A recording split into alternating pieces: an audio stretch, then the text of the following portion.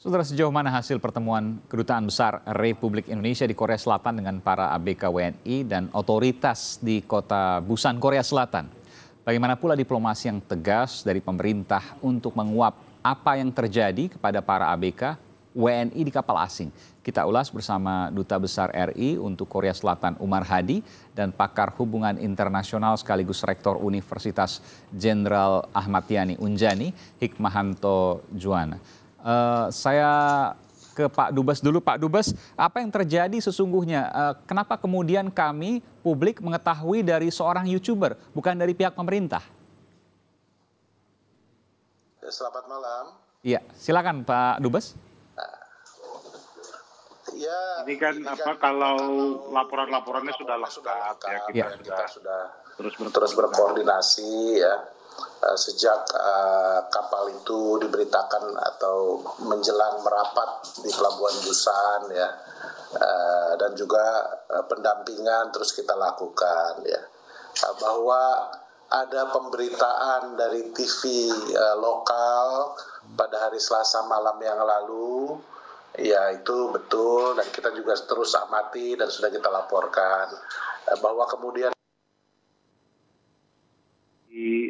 diulas oleh seorang YouTuber ya di era sekarang wajar saja.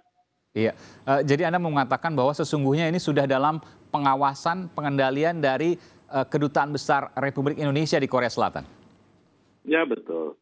Oke, apa yang kemudian didapat informasinya Pak Dubes? Sebagaimana yang diungkapkan dalam ulasan YouTube atau pemberitaan di televisi ya. Ini kan semua dasarnya adalah laporan dari lawyer pro bono setempat di Korea Selatan dan LSM anak-anak kita, SPPI, Serikat Pekerja Perikanan Indonesia di Korea Selatan ya. Makanya ini ditindaklanjuti oleh otoritas penegakan hukum Korea Selatan, dalam hal ini Korea Coast Guard ya, ditindaklanjuti, dan hari ini sudah dirampungkan, hampir rampung belum selesai, sedang dilaksanakan wawancara pemeriksaan terhadap ke-14 WNI yang sedang dalam masa karantina. Hari ini hari terakhir karantinanya. Oke, nanti saya akan tanya, hari ini hari terakhir, artinya besok akan dipulangkan ke tanah air? Ya, kita sedang lakukan persiapan-persiapan, prosesnya insya Allah besok pagi bisa kita berangkatkan. Oke, kapan kira-kira tiba di Indonesia, Pak Dubes? Pada sore hari besok. Sore hari di Jakarta ya? Soekarno-Hatta di Cengkareng, ya. Di Banten, betul? Ya. Oke, baik. Saya ingin ke Pak Hikmahanto Juwana. Prof Hikmahanto. Prof Gihik, saya sering menyebut dengan Prof Gihik. Prof Gihik, apa yang bisa Anda sampaikan terkait dengan peristiwa ini? Ya, pertama adalah begini. Tentu perwakilan Pak Hadi sudah sampaikan tadi melakukan tugas perlindungan terhadap warga negara kita. Itu menjadi tugas utama dalam kasus ini. Tapi yang kedua, harusnya otoritas Korea Selatan langsung melakukan tindakan. Jadi kalau misalnya ada di media, lalu kemudian disiarkan, harusnya kan ada tindakan dari otoritas kepolisian Korea Selatan terhadap, bukan yang 14 yang sekarang sedang ditanya, tetapi terhadap mereka-mereka nelayan dari Cina, pemilik dari kapal ini. Kenapa? Karena tidak ada instansi yang berwenang, otoritas katakanlah kepolisian, yang berwenang selain Korea Selatan. Jadi kalau menurut saya, kalau misalnya sekarang kapal itu sudah tidak ada di bersandar atau sudah dalam perjalanan keluar Korea Selatan, nah ini sebenarnya kecolongan adalah otoritas di Korea Selatan, ya. Karena apa? Harusnya kan pada waktu mereka ini mungkin keluar dari kapal, lalu kemudian mereka menyampaikan, atau mungkin juga, saya juga tidak tahu ya, berita ini sampai di media massa, harusnya otoritas Korea Selatan itu melakukan proses hukum terhadap pemilik kapal atau mereka yang punya otoritas terhadap ABK ini. Nah, tetapi begini, ini juga belum tentu ABK yang ada di kapal tersebut misalnya salah. Ya. Maka perlu dilakukan investigasi oleh kepolisian dari Korea Selatan. Oke, saya ingin bertanya, saya tahu bahwa Anda meminta bahwa ada pemeriksaan terhadap pemilik kapal perusahaan yang mempekerjakan para ABK termasuk WNI di kapal Longsin ini. Saya ingin tanya ke Pak Dubes, betulkah ada indikasi perbudakan di sana? 13 bulan bekerja hanya dibayar 1,7 juta rupiah. Kemudian ada 3 jenazah yang dibuang ke laut. 1 meninggal karena pneumonia. Saya ingin konfirmasi dulu ke Pak Dubes, benarkah itu?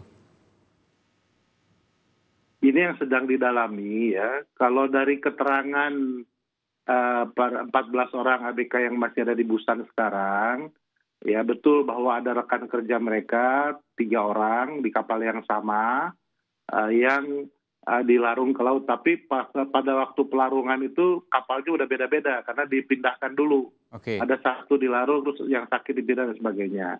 Kemudian mengenai soal perbudakan, gajinya nggak dibayar dan sebagainya, ini sedang didalami. Ya keterangannya masih berbeda-beda ya antara satu dengan yang lainnya, ada variasi lah.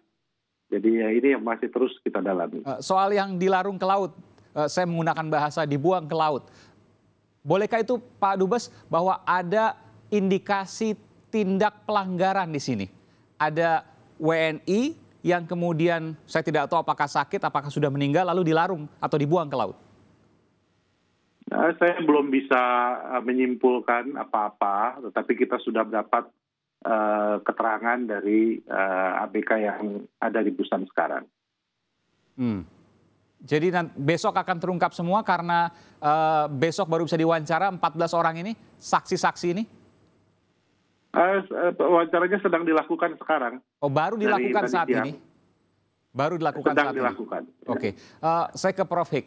Prof. Hik, apakah sebuah pelanggaran ketika ada sakit tapi kemudian dibuang ke laut, meskipun saya mendapat informasi bahwa itu sudah sepengetahuan keluarga?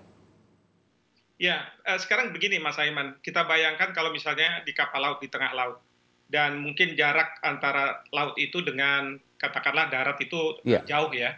Lalu kemudian di dalam kapal itu ada yang sakit, kemudian ada yang meninggal. Pertanyaannya adalah apakah akan dibawa ke darat meskipun waktu yang dibutuhkan sangat lama, atau untuk mencegah misalnya penyakit itu, yang meninggal itu menularkan penyakit atau menularkan hal-hal yang tidak diinginkan, akhirnya dilakukan pemakaman di laut.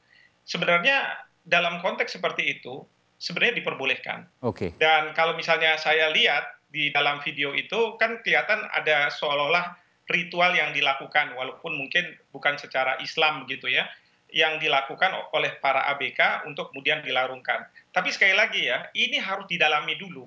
Jadi jangan kemudian kita melihat dari video seperti itu saja, lalu kemudian kita sudah mengambil kesimpulan. Jadi saya tegaskan di sini, kalau kita belum bisa mendapatkan apapun informasi yang yang solid dan lain sebagainya, maka saya hormati apa yang disampaikan oleh Pak Dubes untuk tidak menyimpulkan apapun. Betul. Tapi yang ingin saya tanyakan, Prof. Hik, jadi kalau seandainya di perairan manapun ketika ada orang yang sakit, lalu kemudian ia entah meninggal atau tidak, tapi ia kemudian berpotensi untuk menularkan yang lain, katakanlah ia misalnya meninggal.